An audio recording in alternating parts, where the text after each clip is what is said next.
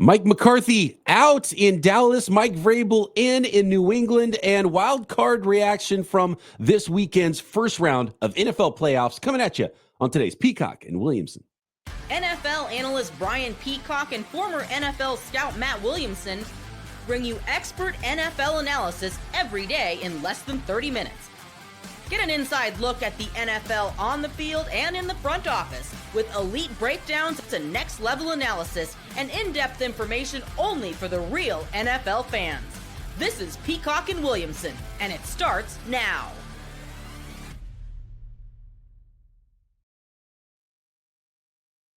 Welcome to the Peacock and Williamson NFL Show. Brian Peacock alongside Matt Williamson at BD Peacock at Williamson NFL. Thanks, everybody, for making us your first listen on the Locked On Podcast Network, your team every day. Love and appreciate all the everydayers out there, and welcome to all the new listeners. We'd appreciate it if you hit that subscribe button on YouTube or wherever you are listening to this podcast. Hit the thumbs up, too. Let us know you're listening and hanging around. It's always nice to have that feedback because sometimes we don't know who exactly is listening, when, and where, and why. So let us know and say hi in the comments as well. Today's episode of Peacock and Williamson is brought to you by FanDuel. Big returns right now on FanDuel because new customers can place just a $5 bet, and you'll get started with $200 in bonus bets if you win or lose on that first $5 bet. Just visit FanDuel.com to get started. All right, breaking news as we get rolling here on a Monday morning. And it took him a little while to figure this one out, but Mike McCarthy not fired by the Dallas Cowboys. He just escapes via free agency. The rare free agent head coach, Matt. I can't think of a time in recent history, and remind me of one if you know of any, Matt, of a head coach just naturally his contract is up and he becomes a free agent and doesn't re-sign with the team he was already on. I can't remember a time with that happening, with the team not redoing a contract before even getting into the last year or firing a guy before the last year of his contract. Can you think of a time where a coach naturally, a head coach in the NFL, just hit free agency naturally? No, it's a great point, and it's such a way of looking at players, obviously. And this happened right before we hit record. And according to Tom Pelissero, he said the sides couldn't agree on length of a contract, and McCarthy will pursue other opportunities. He leaves Dallas with a winning record and 3 playoff appearances. And you're right. I mean, I'm going to take that at face value. Maybe there's more to this, but it sounds like they wanted to slap the franchise tag on him, and he didn't want to do it. He wanted a long-term deal, Yeah. And I think he's earned that at this point. He's got, like I said, 3 winning seasons there. He's got a track record. He's not a new coach just happy for a job. He's got a lot of money in the bank. There's open gigs out there that I think would be very interested in him. So he's got some cards in this, to be honest with you.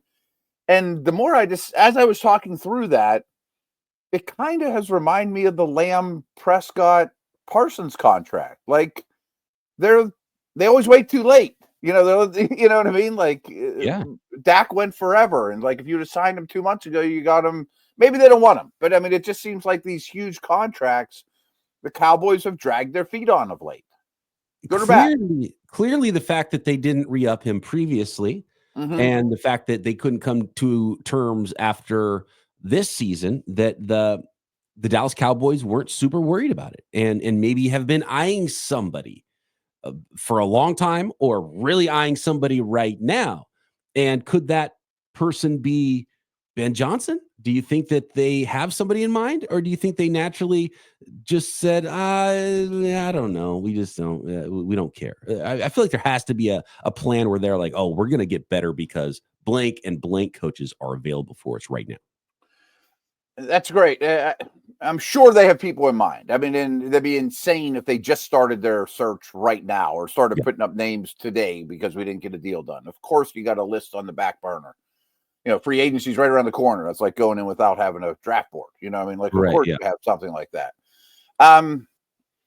Now, I was been told in the last year or so, if we rewind 1 year exactly, wild card round last year, the Cowboys got flat out embarrassed in round 1. I mean, they got destroyed in the first round of the playoffs. One of the worst Cowboys losses in their franchise history. And I've been told from a couple sources since then, and it's been a while, that Jerry wasn't real psyched on giving Lamb and Dak and McCarthy all this money rewarding them for the worst loss he's seen. You know what I mean? And I wonder if that's been looming in the back of his head. Like, I can't just give these guys the exact, the run back after what we saw. And then this year didn't go exactly to script either. Didn't rebound. I'm not saying he's a bad coach. I'm just trying to get in Jerry's head. So the Cowboys have to have a plan. What that is, I think we'll find out very soon. Is the Cowboys' job more like there's a ton of jobs open right now, Matt? And some of these teams are clearly not going to end up with their first pick at head coach. Yeah. Is it me, or is there not like it seems almost like the quarterback musical chairs thing where, yeah, the Lions guys are really attractive. I'm sure there's a couple other names that are, high on the list, but there's almost like there's too many chairs for good coaches at this point too. And one of it's because Belichick's in North Carolina, Yeah, that doesn't help. I would have thought that would have been a nice fit potentially, although maybe too much of a power struggle there in Dallas to have a big name like that.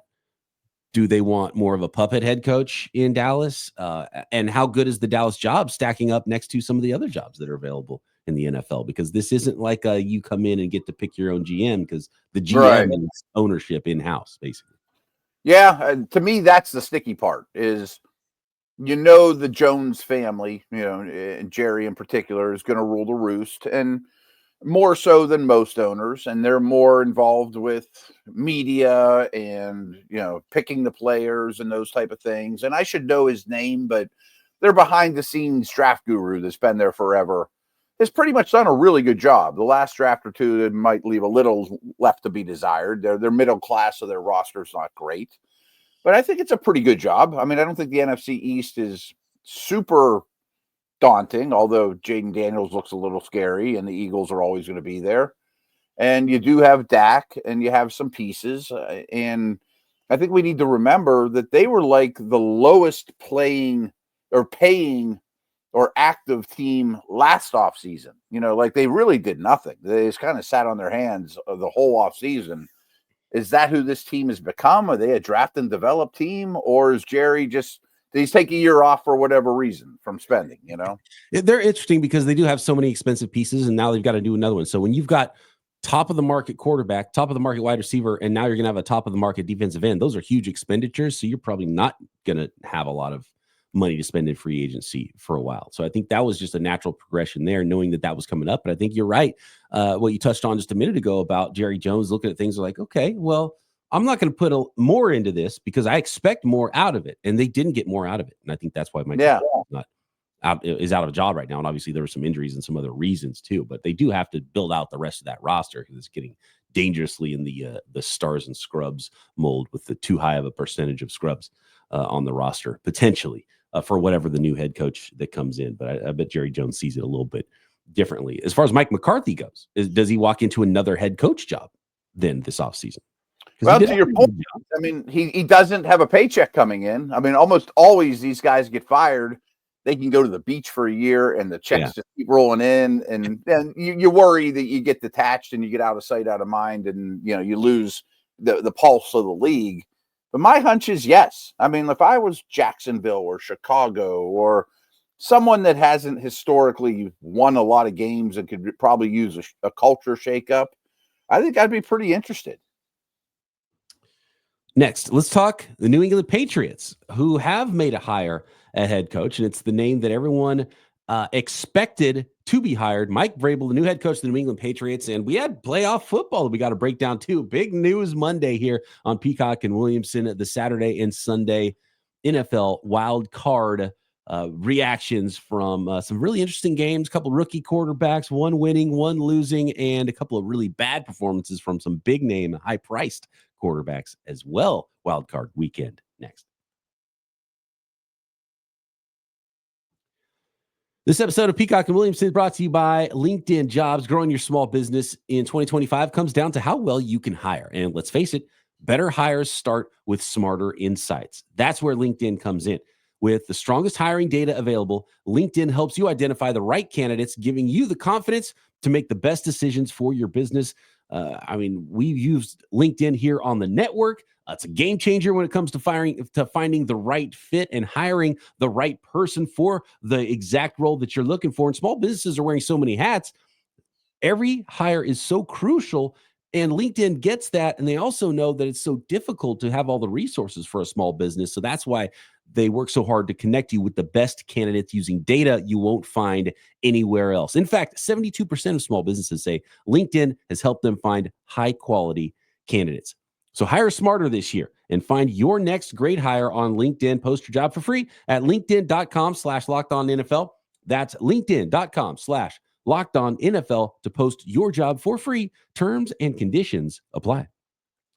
Today's episode is also brought to you by Prize Picks. It's playoff time. And if you're like me, you want to make the most of the final weeks of the football action. And some of those fans out there that maybe are in draft mode and potentially in hiring a head coach mode and not in playoff mode, you can have a little more fun with these playoff games, even though your team's not in it. And that's where Prize Picks comes in, because if you love football, you want a chance to win real money while watching those games.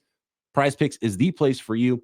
It's the best way to turn your sports opinions into cash with daily fantasy player projections. Couldn't be easier with Prize Picks. You simply pick more or less on player stats like total passing yards or rushing touchdowns, and for a shot to win up to 100, or excuse me, not just 100, 1,000 times your money if you get more hits on the more or less on player stat projections at Prize Picks, and you're just playing against those projections, not the other 10 million members at Prize Picks. And by the way, there's billions in winnings that have been given away by Prize Picks.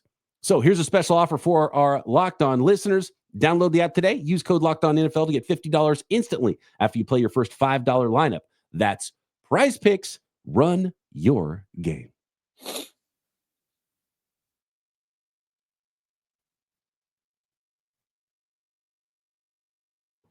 Let me unmute myself here. So Mike Vrabel is indeed real quick, BP. Our buddy Coach Lamers just shot us a text or a tweet saying, why don't the Steelers and Cowboys just swap coaches then? You know, they're both, I guess there was something about how it's stale in Dallas, it's stale in Pittsburgh, McCarthy's from Pittsburgh, just swap them out.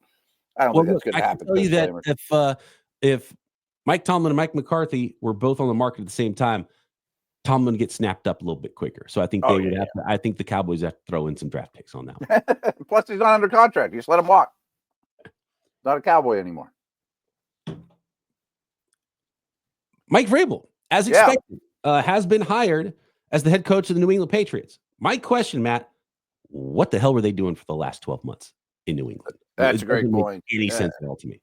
It doesn't either. I mean, I don't think it's, boy, you don't want to be the man that follows the man. Vrabel could have handled that just fine. You wouldn't waste a year just for that. I think they just misshot what they were getting in their head coach. You know, that from what I understand, day-to-day operations, and that probably doesn't look great compared to Belichick. I mean, day-to-day operations seem like Belichick's bag. You know, like what the lunch people were serving, who's parking where. I mean, everything about the operation. And it looked like it kind of fell off the rails a little bit day to day. On the field, it was kind of the same. They don't have good players, but and I just think they wanted Vrabel. You know, I mean, they kind of skirted the Rooney Rule a little bit. They did bring in a couple minority coaches, token, and you know, it was not really a true interview from what I understand. But I get the move. You know, like if I'm Patriots fans, I'm happy about this. I think this is an upgrade. I was impressed with Vrabel in Tennessee. You know, like I wouldn't say this about Dallas. Like, I don't know if Cowboy fans are crying too much right now. You know, I mean, they're like, okay, you know, we moved on. You know, where I think Patriot fans are excited. I know there were some contractual things with Jerod Mayo, and there was, you know, since like 2018 or 2019, they had planned for Jerod Mayo to be like maybe the guy who was going to replace. So they had this plan. Yeah, right. And was Mayo so bad that they realized, oh, he's just not a head coach, or he's not ready to be a head coach yet, or something? Because Mike Vrabel was available last year, and that's the thing I don't get. And they didn't interview anybody, and apparently that was part of his contract too with Jerod Mayo. And you know, they didn't need to worry about Rooney Rule. They didn't interview anybody. They're like, okay. Last year you're talking about. Last year, yeah. Right. It's your job. That's it. That was the one and done. There was no other interviews. That it was as simple as that.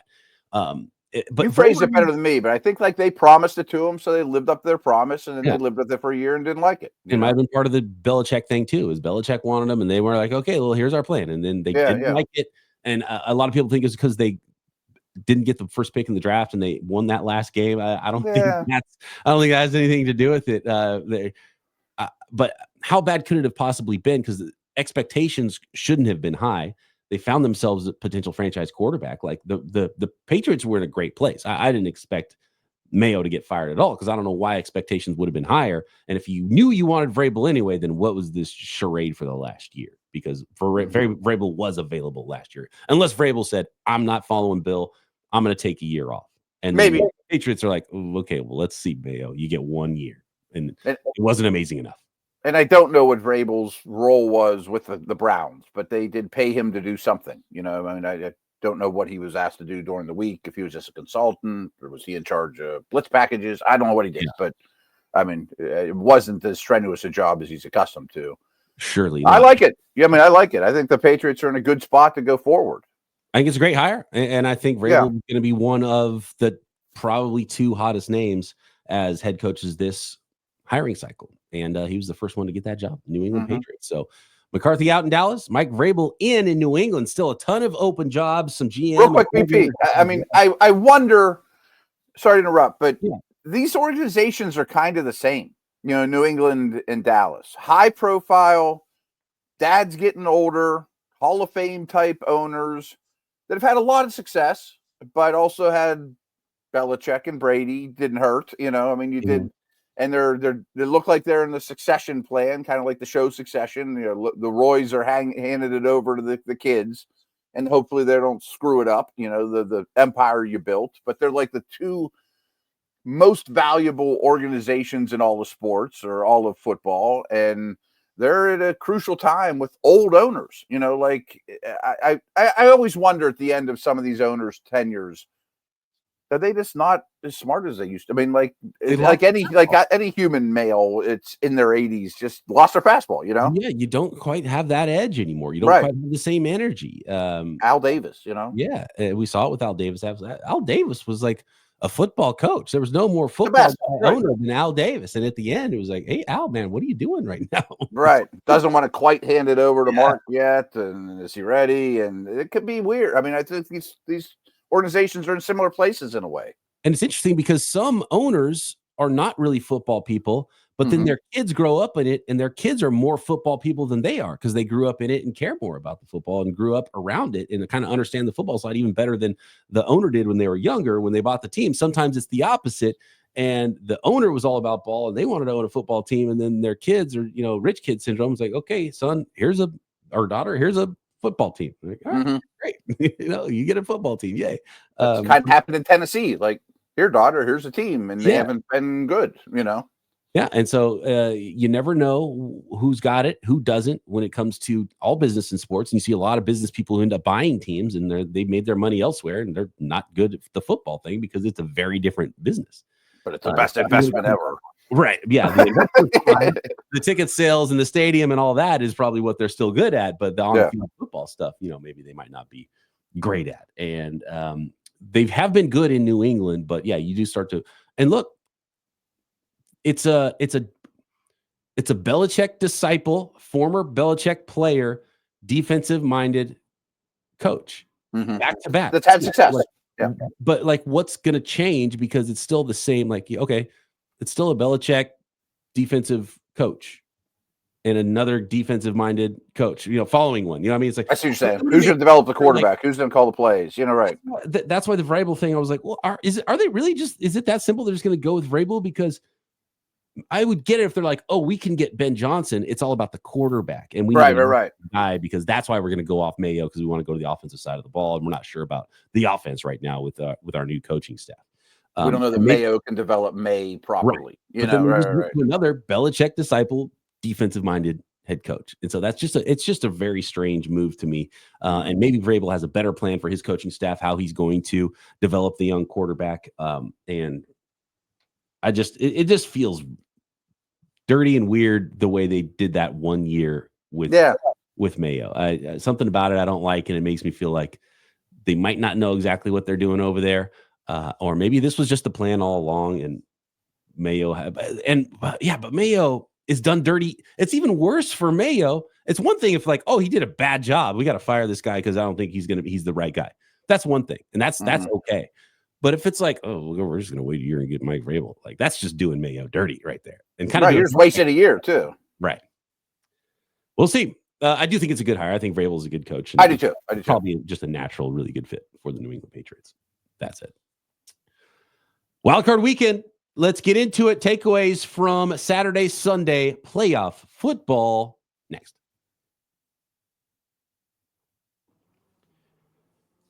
This episode of Peacock and Williamson brought to you by FanDuel, America's #1 sports book. Big upsets to game-winning drives. The NFL playoffs are better with FanDuel because right now new customers can bet $5 and get $200 in bonus bets guaranteed. That's $200 extra to play with on FanDuel in bonus bets, win or lose on that first $5 bet. And the FanDuel app gives you everything you need for live bets on playoff games, same game parlays, and so much more. NFL draft props, one of my favorite ways to bet on sports every single year. So I'm excited to see more and more draft props pop up at FanDuel. NBA, NHL, every sport out there. You can find all the action at FanDuel. And all you got to do is visit FanDuel.com to join today or download the app and get started with $200 in bonus bets. That's FanDuel.com. Make this playoff season unforgettable with FanDuel, an official sportsbook partner of the NFL.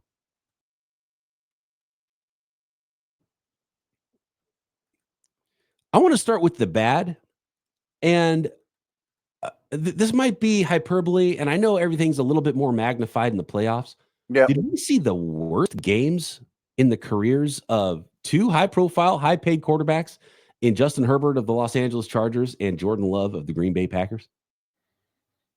Probably. I mean, I didn't crush Herbert for the loss in Jacksonville when they were up huge at halftime and they squandered it away. But this one was hard to defend, and I'm very, very much a Herbert defender. Like, I believe there are 4 superstar quarterbacks on the planet right now. Burrow, Jackson, Allen, Mahomes, and we basically saw that out of 2 of them that played this week. Yeah. And I always thought Herbert was clearly number 5, in terms of who do I want and who's the best now. But this is starting to be a little bit of a trend. I mean, can Harbaugh love him up and put more around him and we'll forget about this in 2 years? Maybe. And that is a good defense. I think that Houston defense is being slept on a little bit, but I think that's a strong point. And I still have hope for Love. I still have hope for Herbert. But these were dents in the armor for sure. I came away a little bit, and it wasn't a good performance at all. So don't get me wrong with Justin Herbert. But I think seeing how CJ Stroud kind of outplayed him. And if you had everybody's power ranks before this game, it might be back-to-back Herbert then CJ Stroud for a lot of people. And if you did it now after the game, I think it would be CJ Stroud before Herbert. And that's what a playoff win and a playoff game can do for you. I think the Texans defense had a lot to do with it. But part of me, I'm watching this game and I'm thinking the Chargers still have nothing. I thought the same thing. Right. Your entire offense is a 175-pound rookie second-round wide receiver. It's amazing they got into the playoffs as it is. That was kind of my takeaway as I was watching it. So I felt a little bad. And by the way, Ladd McConkey, 9 catches for 197, almost 2 bills in this game. There was no other offense for the Chargers in this game. Was that Herbert's fault? Partially, maybe, but I mean, that's kind of how they've been a lot of this season too. And so they need more firepower on offense. And I think Herbert's going to have better days. So I think we kind of overrate some playoff games sometimes, but Justin Herbert's going to have this monkey on his back, and they're going to have to come back and win a playoff game next year if they want to start to get that monkey off their back. And Justin Herbert wants to change the narrative, and he did not play good. But at the same time, man, you're again a 175-pound rookie wide receiver is your entire offense. How did you make the playoffs? Right. And even like their interior line is a problem. They have tackles and a quarterback and McConkey, and that's 4 out of 11, That's about 50% at least. Yeah. And maybe we won't dig into every, snap of every one of these games, obviously. And we'll get with time tomorrow as well. But I kind of felt that was the theme in the AFC, that coming into the AFC playoffs, I really thought the Chiefs, Ravens, and Bills were really contenders. And I'm not making excuses for the Steelers, but they're not even close to as good as what the Ravens are putting out there. Denver's not even close to what the Buffalo Bills are putting out there. And I didn't think that discrepancy would show up in Houston versus the Chargers because Houston was playing so bad going in there. And I'm not taking anything away from you Texans folks, but they may look like that when they go to Kansas City. That still might only be 3 in the AFC. They just didn't play one of the. They just didn't play Buffalo or Baltimore. But it just looked like these were in the NCAA. Bracket, they were 16 seeds, like they weren't really close to the top dogs, Yeah, and there are reasons there was a lot of big lines here in the wild card the playoffs, and we did see some lopsided scores. We're going to bounce around here Saturday to Sunday because I just want to talk about the quarterbacks that were bad, and Jordan Love I think was even worse than Justin Herbert, and the Packers didn't come to play at all. From the opening kick return, they fumbled away and gave the Eagles a free 6 points essentially to start the game, which is not something you want to do against a really good team on the road. And the Eagles weren't that amazing, and the Packers, if they just didn't sleepwalk into the playoffs, would have had an opportunity to I think maybe upset the Eagles here. But they look like a team that had either just played 2 days ago or hadn't played yet all season. I can't figure out which. But the Packers were probably the most disappointing team, the worst team of the weekend. Yeah, and coming into the playoffs, the Vikings and Packers were two that I thought, are they contenders or not? And I think it's pretty clear the contenders are closer to Steeler land than they are Lion land. That's for sure to me. And they had some receivers go down. We've said for a while that just their team in general doesn't have a star. Like everyone has to take Justin Jefferson away. Everyone has to take Aiden Hutchinson away. I mean, on either side of the ball, who's that difference maker? There's a ton of B-level talent. And again, I'm not excusing Love, but against a really good Eagle defense, it felt like Josh Jacob was playing out of his mind. He's their closest thing to a true star. And then I didn't think Love was getting a whole lot of help either, from line and receiver. And he just can't, he's not that level. I mean, if that was Allen there, then maybe they win that game, but he's not close to that level yet, and few are, and few ever have been, Were you surprised that the Steelers again weren't competitive, especially in the first half against the Baltimore Ravens? It was as ugly a first half as dominant of a first half as you'll ever see. I mean, it was a non-competitive first half, and really that has become a very, very disturbing Tomlin trend. Like I guess everyone knows at this point they're on this huge playoff drought of wins. They go all the time. They just lose in the first round. Bad. But the games are over before you know it. Like on this losing streak, it's 14-0 before you know it. It's 21-0 before you know it. There's really disturbing stats. And frankly, that's happened during this entire losing streak this year too, to finish out the season. They didn't score a touchdown on a first drive all year. I mean, like you really have to question what's going on during the week. Do you not understand what these teams are trying to do to you? That's well put. And probably the reason that I think the Packers and Steelers were more disappointing to me with their performances than maybe the Chargers, because I think the Chargers-Texans game was actually kind of exciting, and it was just a weird game, and a lot of wild stuff was happening. It was a more fun game to watch, so maybe that's why I'm like, I'll give the Chargers. Houston had some turnovers too, and right, yeah. But, Broncos, Bills, that was an expected outcome, 31-7, Bills over the Broncos.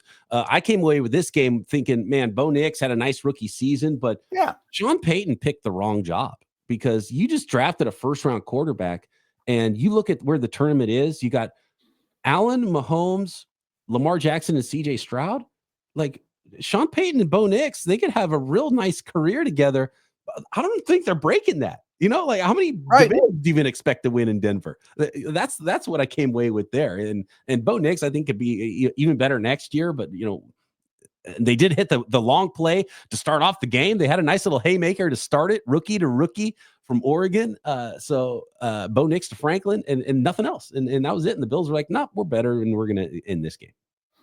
Again, big picture thinking. Like going back to the Steelers, they were eliminated by Baltimore this year, Buffalo last year, Kansas City the year before, all in the wild card round. Steelers sneak in, they weren't competitive in any of those games.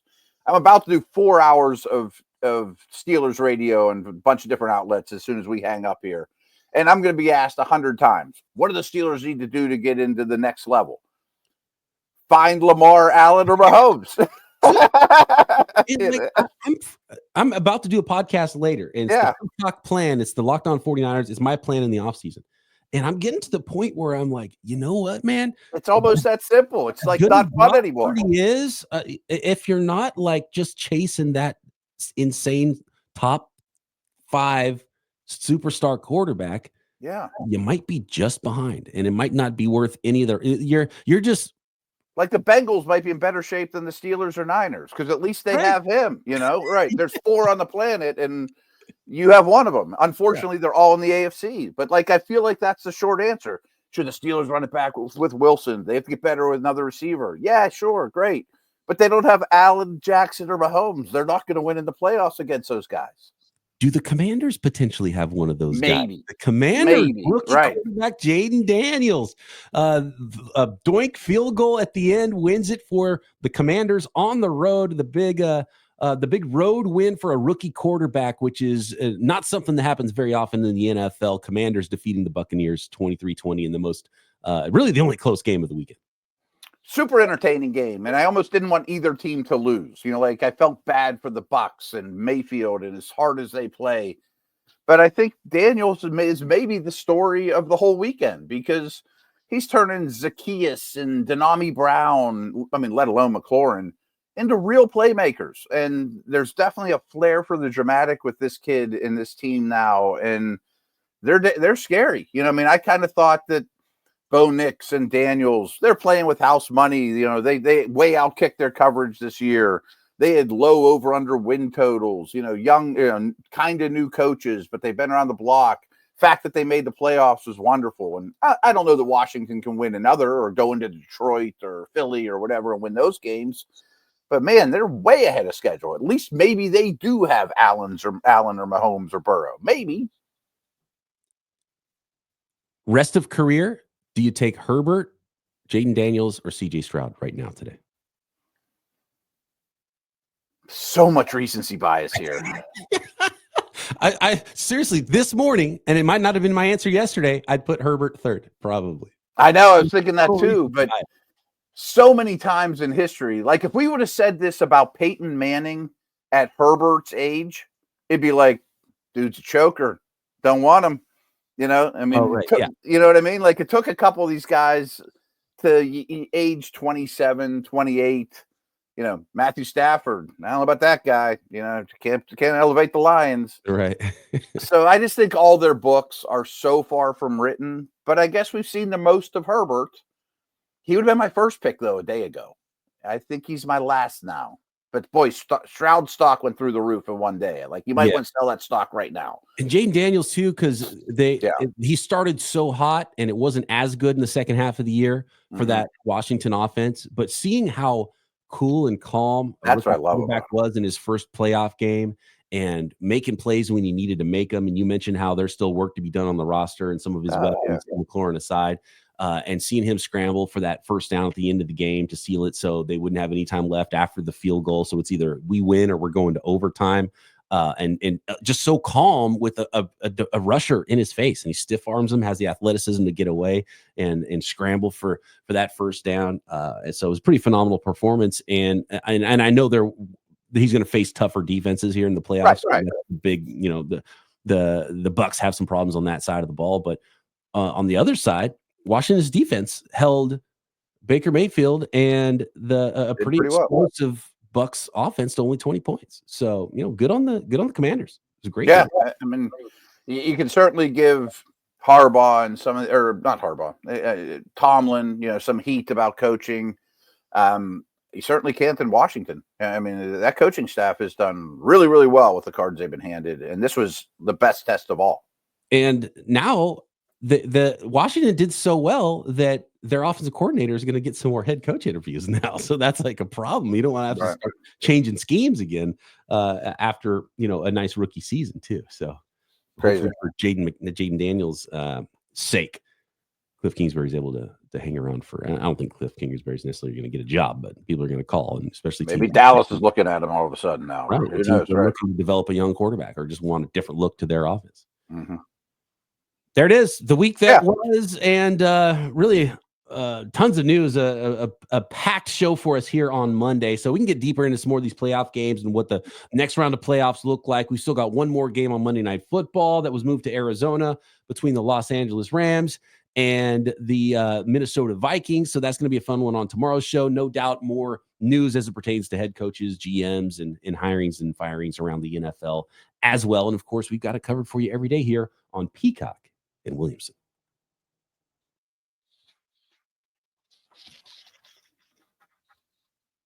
Nice.